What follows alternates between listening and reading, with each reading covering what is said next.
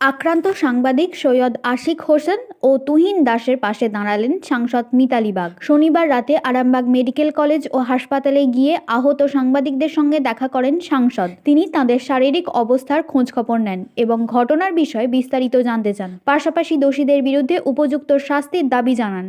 সাংসদ আরও জানান, বিষয়টি নিয়ে তিনি কলেজের অধ্যক্ষের সঙ্গে ফোনে কথা বলেছেন। এর আগে এদিন সন্ধ্যায় হাসপাতালে গিয়ে আহত সাংবাদিকদের সঙ্গে দেখা করেন তৃণমূলের রাজ্য সম্পাদক স্বপন নন্দী, গোঘাট ১ নম্বর ব্লক তৃণমূল সভাপতি কাজল রায়, গোঘাট ১ নম্বর ব্লক তৃণমূল সংখ্যালঘু সেলের সভাপতি সঞ্জয় খান সহ অন্যান্য নেতৃবৃন্দ। আহতদের সঙ্গে দেখা করে খোঁজখবর নেন পুরসুরা বিধায়ক বিমান ঘোষও। উল্লেখ্য, সংবাদ সংগ্রহের জন্য আরামবাগের কালীপুরে অবস্থিত নেতাজি মহাবিদ্যালয়ে ডিজিটাল মিডিয়ার ২ সাংবাদিক আক্রান্ত হন। খবর পেয়েই আরামবাগ থানার পুলিশ দ্রুত ঘটনাস্থলে পৌঁছে আহতদের উদ্ধার করে মেডিকেল কলেজ হাসপাতালে ভর্তি করেন। সাংবাদিকদের পক্ষ থেকে থানায় লিখিত অভিযোগও দায়ের করা হয়েছে। এই ঘটনার তীব্র নিন্দা জানিয়ে আরামবাগ জেলা প্রেস ক্লাব সাংবাদিকদের নিরাপত্তা নিশ্চিত করা, দোষীদের অবিলম্বে গ্রেপ্তার এবং দৃষ্টান্তমূলক শাস্তির দাবিতে প্রশাসনের কাছে আবেদন জানিয়েছে। প্রেস ক্লাবের তরফে জানানো হয়েছে, দ্রুত কার্যকর ব্যবস্থা না নিলে বৃহত্তর আন্দোলনের পথেও তারা যেতে বাধ্য হবে। আমি তো ছিলাম না, আমি ফিরে এসেছি। তো তারপর শুনলাম যে এরকম কালীপুর কলেজে এরকম ঘটনা ঘটেছে, অনেকে ছবি তুলতে গেছিল। এবার ধরুন কালকে রবিবার, সোমবার দিন না হলে প্রিন্সিপালকে আমি পাবো, তো প্রিন্সিপালকে আমি ফোনও করেছিলাম যে এত বড় একটা ঘটনা করে গায়ে হাত দেওয়া পর্যন্ত উঠে গেল, হাতি হলো, যেটা হচ্ছে সেটা ঠিক না এবং মারপিট তো সমাধান না এবং মারাটা ঠিক না, গায়ে হাত দেওয়াটা একদমই ঠিক হয়। দেখা যাচ্ছে যে তিনি নাকি আগে নাকি সংসদ করছেন, আবার সিভিক ভলেন্টিয়ারের সাথে যুক্ত, ওর নাকি কন্ট্রাক্টর। দেখুন, আমি সেটা কিন্তু এদের মুখ থেকে আমি শুনলাম যে ও সিভিক ভলেন্টিয়ার বা কন্ট্রাক্টর। সেটা আমি প্রশাসনের সাথে প্রশাসনের কাছে আমি জানতে চাইবো বা প্রিন্সিপালের কাছে আরও আমি ডিটেলস জানতে চাইবো। সোমবার ছাড়া তো আমি সবটা পারবো না, তবে ওনাদের ফোনেতে আমি যেটুকু আমি শুনেছি যেরকম ধরনের ঘটনা ঘটেছে, ওদের দুজনকে মারধর করেছে, যার জন্য আমি নিজের চোখের সাথে দেখলাম যে ঘটনাটা সত্যি, ওদেরকে মারধর করেছে।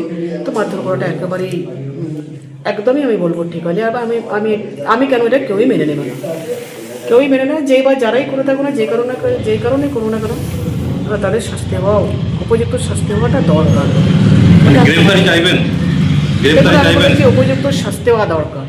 উপযুক্ত শাস্তি মানে তো শাস্তি তো আমি যতদূর জানলাম যে ওরা সংসদ তো ভাই ভাঙা, তা তো ছাত্র সংসদ তো ছাত্র নেতা বলেই দাবি করে তারা বারবার কলেজে গিয়ে ডিস্টার্ব করে, খবর আছে। আমি একটা কথা বলি, কোথাও কিন্তু ছাত্র সংসদ নেই।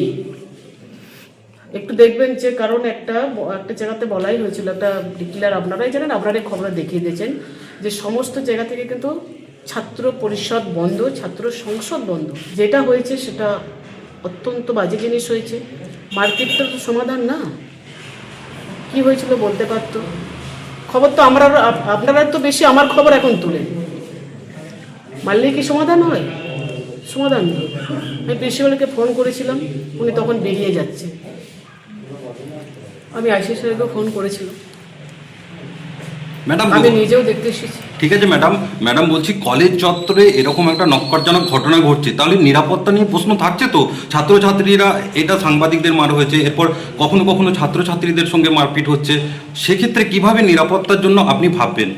না, এখানে যেটা আমি শুনলাম যে সিভিক ভলেন্টিয়ার, নিরাপত্তা যদি বলেন তো তিনি তো নিরাপত্তা দেওয়ার জন্যই ভলেন্টিয়ারিগিরি করছেন না। উনি তো ওই কলেজে সিভিক ভলেন্টিয়ার না, ওনার কোতলপুর থানায় সিভিক ভলেন্টিয়ার। উনি সিভিক ভলেন্টিয়ার সিভিক মানে তো সিভিকই, কিন্তু এখানকার নয়। ভলেন্টিয়ার মানে তো ভলেন্টিয়ার, এখানেরই হোক বা না হোক, তার দায়িত্ব কর্তব্য তো থাকেই।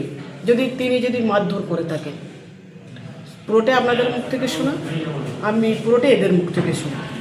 এবং কলেজ তো আজকে আমি খোলা পাবো না, যেহেতু এত রাত হয়েছে। আমি বাড়িতেও ছিলাম না, আপনারা সকলেই জানেন আমার পার্লামেন্ট চলছিল, আমি বাড়ি ফিরে এসেছি। তারপরে আমার ফোন গেল, আমার তুহিনে আমাকে ফোনটা করলো যে দিদি এরকম আপনি কিছু জানেন? আমি বললাম না তো, আমি তো ফিরেছি রে, বলে এই ধরনের ঘটনা ঘটেছে। তো প্রিন্সিপালের সাথেও আমি জাস্ট এই ফোনে যখন কথা বলি উনি বেরিয়ে গেছেন, মানে আইসি স্যারের সাথেও কথা বলবো। তো সিভিক যদি হয়ে থাকে তাহলে সে যেখান করে হোক তো সিভিক। আমি বললাম তো সে তো সিভিকই আগে, সে কতুরপুর হোক, আগে কামারপুকুর হোক বা হাজিপুর হোক বা আরামবাগ হোক, আপনাদের কথা অনুযায়ী তিনি যদি সিভিক হন তাহলে সত্যি কথা তার দায়িত্বটা অনেকটা থাকে। এরপর ঠিক। পুরোপুরি কলেজ না খুললে বা ওনাদিকে না বসলে আমি তো সবটা বলতে পারবো না, কারণ আমার কাছে অনেকটাই অজানা, যেহেতু আমি ছিলাম না।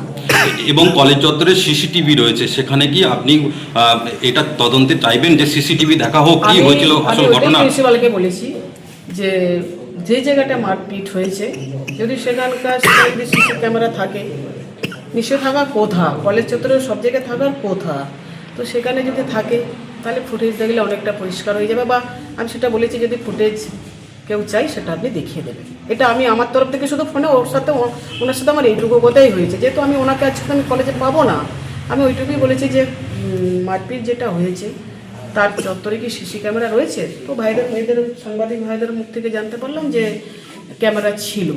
তো ক্যামেরা যদি থাকে তাহলে সেটা আরো পরিষ্কার হয়ে যাবে। আরো পরিষ্কার হয়ে যাবে। দেখুন ও বলছে ও বলছে সে বলছে, আর অতটা আমাদেরকে যেতে হবে না, ঠিক টোটাল তথ্যটাই আমরা পেয়ে যাব সিসি ক্যামেরা থেকে। তো সেটা আমি প্রিন্সিপালকে ওইটুকুই বলেছি ভাই, যে যদি চত্বরটা পুরোটা থাকে তাহলে সে আপনার ফুটেজটা দিয়ে দেন, ফুটেজটা দিয়ে দিলে পরিষ্কার হয়ে যাবে। ধন্যবাদ। এর থেকে তো বড় আর দাবি কিছু রাখা যেতে পারে না, কারণ এখন সিসি ফুটেজ সব কিছুরই দ্রুত তদন্ত করতে কিন্তু খুব সহযোগিতা করে। যাকে একেবারে ধন্যবাদ আপনাকে, কারণ আপনি এই প্রথম সাংবাদিক আক্রান্ত এমপি হিসাবে আপনি এলেন, আমাদের খুব ভালো লাগলো, কারণ মনে জোর বাড়বে আরো এই কাজ করতে। দেখুন আমি একটা কথা বলি, আমি সবচেয়ে বলবো ভাই, আমরা প্রথম একদম দলমত নির্বিশেষে যদি বলা হয় না, আমরা কিন্তু আগে মানুষের কাছে ছুটে যাবে, মানুষের পাশে থাকবে, সেটা সব থেকে মানুষের নৈতিক কর্তব্য। তারপরে রং বর্ণ জাতি ধর্ম বর্ণ যা আছে বলুন, সাংবাদিক যাই বলুন, তো মানুষ হিসাবে তো মানুষের কাছে যাবে, এটাই হওয়া উচিত বলে আমি মনে করি। সেটা নিয়ে সেই মানুষের যাওয়াটা নিয়ে কে কোন রাজনীতির রং চড়াবে, কে কতটা চড়ালো, কার কতটা বাকি রইলো, তারপর দিন কোন রং চড়ালে আরও বেশি সেটা আরও বেশি মাত্রায় যাবে, সেই দলে কিন্তু আমি নেই ভাই, আমি সে দলে নেই। আমার বাবা মা একটা কথাই শিখেছিল যে আগে তোমরা মানুষ, কিন্তু আমি মানুষ হতে পেরেছি কিনা আমি জানি না, আমার বাবা মা ঠিকঠাক মানুষ করতে পেরেছি না, বাবা মা তো নয়। দেখুন আমি যেই পরিবার থেকে উঠে এসেছি, পেটে তো খাবার ছিলই না, সেই জায়গা থেকে উঠে আসা, তখন আমার মনে হয় যে আজকে আপনাদের সকলের সুযোগ দিয়েছেন আমাকে এই মেম্বার অফ পার্লামেন্ট অত বড় একটা জায়গায় যাওয়ার। আগে আমি প্রথমে মানুষ, তারপরে তো আমি সাংসদ, আর সাংসদ কিন্তু আমি আবার সবার দুরকমভাবে, মানুষের পাশে যাবে একটা ব্যাপার, আর সাংসদ কিন্তু সবার। সাংসদ কোনো একটা রঙের নয়, কোনো একটা বর্ণের নয়, কোনো একটা ধর্মের নয়, কোনো একটা জাতির নয়, এটা আমার নীতি।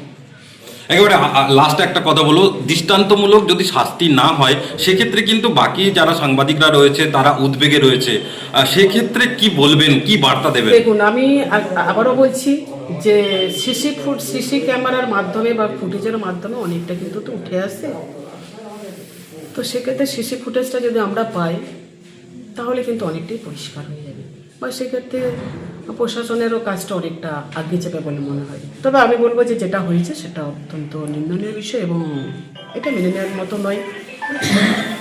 ওনারা ওনাদের কাজ করতে গেছেন আর তেনারা ভেবেছেন এটা হয়তো আমাদের কাজ, এটা ভেবে হয়তো ওনারা করেছেন, তবে এটা কাজটা মোটেও ভালো করেনি ভাই, এটুকু বলতে পারি। প্রশাসনের উপর আস্থা আছে, এখন দেখা যাক। বারবার তো সাংবাদিকরা হেনস্থা হয়, এটা নতুন কিছু নয়, বাংলার বুকে বা রাজ্যের বুকেই কি বা দেশের বুকেই কি সাংবাদিকরা হেনস্থা হবে, এটা সাধারণ মানুষ জানে। আর বারবার সত্য ঘটনা তুলে ধরতে যাবে, আর তার বিপরীতে যারা সত্য ঘটনা ঢাকা দেয় তারা মারধর বা যে করে চাপার চেষ্টা, কিন্তু চাপা তো যায় না। আজকে যে ঘটনা ঘটলো তার পরিপ্রেক্ষিতে কী হলো, মারধর করলো, আমরা আহত হলাম, আমরা আজকে বেডে শুয়ে আছি, তারা হয়তো বাইরে ঘোরাফেরা মস্তি করছে। এবারে কারো যদি মদত থাকে তারা হয়তো বাইরে ঘুরে বেড়াবে, এর বাইরে আর কি বলবো। আমার নাম সৈয়দ আসিফ হোসেন। বিশাল মাথায় মেরেছে এবং বুকে মেরেছে, তো সাংসদ এসেছিল, দেখে গেলেন, নিয়ে দেখছেন। তো যারা এরকম ঘটনা ঘটেছে আমাদের প্রশাসনের উপর আশ্বাস আছে। কি মনে হচ্ছে, সংসদের ছেলেরাই তো মারধর করেছে, আবার তৃণমূলের মানে এমপি মানে আর সাংসদ তিনি দেখতে এলেন, কতটা মনে হচ্ছে দোষীরা কি উপযুক্ত শাস্তি পাবে? আশা করছি পাবে, আশা আছে। আশা আছে। কি নাম? তুহিন দাস। শীততাপ নিয়ন্ত্রিত অত্যাধুনিক রেস্টুরেন্ট ময়ূখ রেস্টুরেন্ট। এখানে পাবেন চাইনিজ, পোলাও, বিরিয়ানি, তন্দুরি সহ সমস্ত রকম খাবার। এছাড়াও কাস্টমারদের সুবিধার্থে হোম ডেলিভারির বিশেষ ব্যবস্থা রয়েছে। পাশাপাশি যে কোনো অনুষ্ঠানের জন্য ভাড়া দেওয়া হয়। আমাদের ঠিকানা থানাকুল হেলান সংলগ্ন তিলক চক। Phone number 8617492616 9732162360। সেরা খাবারের স্বাদ পেতে আজই আসুন ময়ূখ রেস্টুরেন্টে।